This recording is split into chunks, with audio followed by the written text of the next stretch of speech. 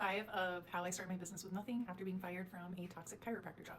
So we left off with me literally being crushed by the weight of these Groupon clients and my business partner taking off without the money. It became very apparent to me that this was my sink or swim moment. I felt ready to quit. I felt like no one would blame me for quitting. I had all the excuses lined up to be done with it and deal with the consequences. Without telling my whole life story, I feel like this part is important. I grew up in a very chaotic household, and I often, because I was the oldest in my house, I have an older sister, but she didn't live with us at the time. Thank God for her. But I was often the caretaker. And I also grew up with no money, right? So I think from that experience, and the reason I'm telling you this is it created something inside of me, a determination, a level of responsibility that kind of drove me towards a goal of financial freedom, of generational wealth, and of just a deep A-type, need to succeed. So I do feel like that served me. So another blessing in disguise, right? Not that my childhood was so bad, but it was not the best. And I feel like that actually gave me what I needed to get through this time. So I did a couple important things at this time. One, I chose to lock in. I decided this is what I'm doing. I am going to continue on and I'm going to make this work. Two, I started like an octopus reaching out to every single resource I could possibly find. So free business courses. There's a program in Portland called MISO. It's a nonprofit, and they help people who don't have access to traditional funding, like women, minorities, that kind of thing. I connected with them and I started in their program, and any friends or family that I could possibly lean on, because every little thing was breaking me at this time.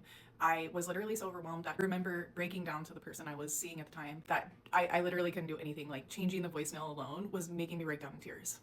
Number 3, and this one is gold, is I changed my Groupon strategy. So I actually closed off a good portion of my schedule for returning clients or new clients.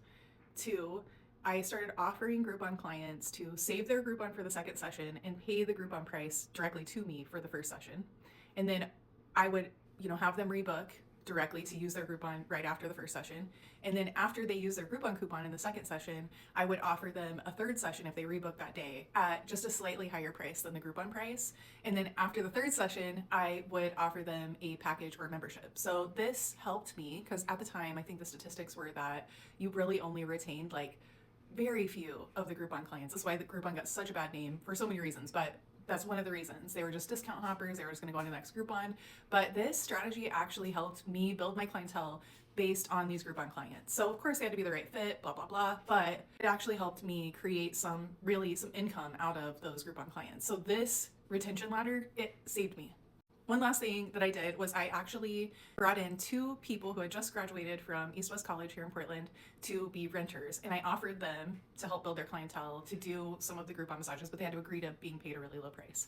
And this was also a pivotal choice. First of all, they're absolutely amazing, and one of them still owns the business right now. She's incredible, and having just their positivity and their eagerness and their support was key. So now I had 3 people working in the business who were just beautiful, wonderful people who, it didn't feel like I was alone, and I could hand off some of those massages. Yes, it cost me money and I didn't make anything, but it just kind of like saved my sanity. So there started to feel like some normalcy, some rhythm. I was still very overwhelmed, but I started to get out of that deep dark hole. And it took me about 2 years to get through the Groupon massages. And I'm going to tell you more about what happened next, because there were some more pivotal moments within there that really I hit burnout several more times.